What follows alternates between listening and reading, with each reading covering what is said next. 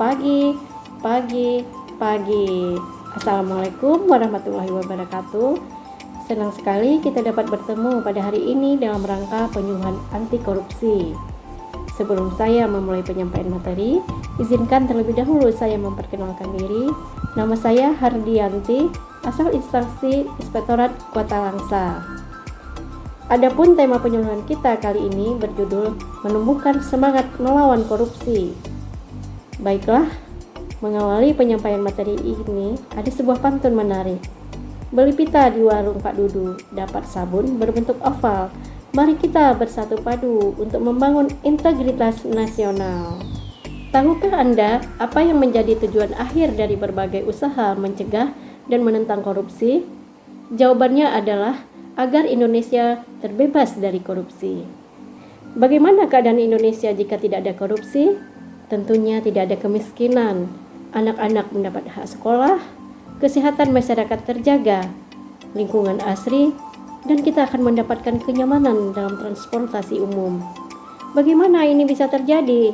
Indonesia adalah negara kaya dengan potensi wilayah, jumlah penduduk, sejarah masa lalu Indonesia baik pada masa kerajaan maupun masa penjajahan.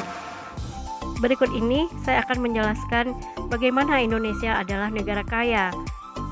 Potensi wilayah Indonesia yang terletak di antara dua benua dan dua samudra ini akan menjadikan persimpangan lalu lintas dan titik persilangan ekonomi dunia. Kemudian jumlah penduduk.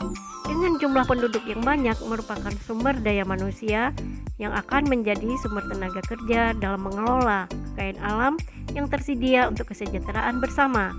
Kemudian dengan sejarah masa lalu Indonesia, masa kerajaan maupun masa penjajahan yang begitu panjang, maka menjadikan Indonesia sebagai bangsa yang lebih leluasa dalam mengelola kekayaan Indonesia. Nah, dengan kekayaan Indonesia, apabila dimanfaatkan dan dikelola dengan baik tanpa korupsi, maka kesejahteraan Indonesia akan terwujud. Selanjutnya kita lihat statistik peringkat negara yang bebas korupsi. Peringkat pertama adalah negara Denmark, kemudian dilanjutkan dengan negara Finlandia, selanjutnya adalah negara Swedia. Indikator utama keberhasilan pemberantasan korupsi adalah saat kepercayaan publik terhadap pemerintah menguat. Selanjutnya, indikator keberhasilan pemberantasan korupsi di Indonesia. Nah, pertama, dengan mengukur keberhasilan pemberantasan korupsi dengan indeks persepsi korupsi. Kemudian yang kedua, mengukur sistem anti korupsi di Indonesia dengan United Nations Convention Against Corruption. Dan yang ketiga adalah menerapkan indikator sistem integritas nasional yang tengah disusun KPK. Contoh negara Denmark yang terbebas dari kejahatan korupsi merupakan peringkat teratas berdasarkan indeks persepsi korupsi 2015 yang dikeluarkan oleh Lembaga Transparansi Internasional. Membuat semangat anti korupsi menjadi hal yang mainstream di Denmark. Maksudnya adalah menerapkan toleransi nol terhadap korupsi di berbagai lembaga pemerintah. Salah satu perwujudannya dengan menempatkan lembaga serupa KPK, Komisi Pemberantasan Korupsi, di tiap lembaga pemerintahannya. Fasilitasnya antara lain hotline yang menyala selama 24 jam, publik bisa berpartisipasi melaporkan setiap ada dugaan korupsi di instansi itu. Jadi setiap instansi memiliki KPK-nya sendiri yang menangani kasus-kasus korupsi. Selanjutnya, terhadap laporan dugaan korupsi pada instansi tersebut akan ditindaklanjuti tanpa birokrasi yang rumit.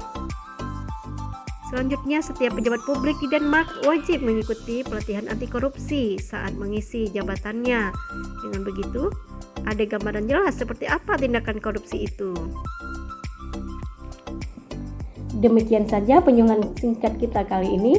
Dengan kesimpulan, apakah Anda ingin Indonesia terbebas dari korupsi?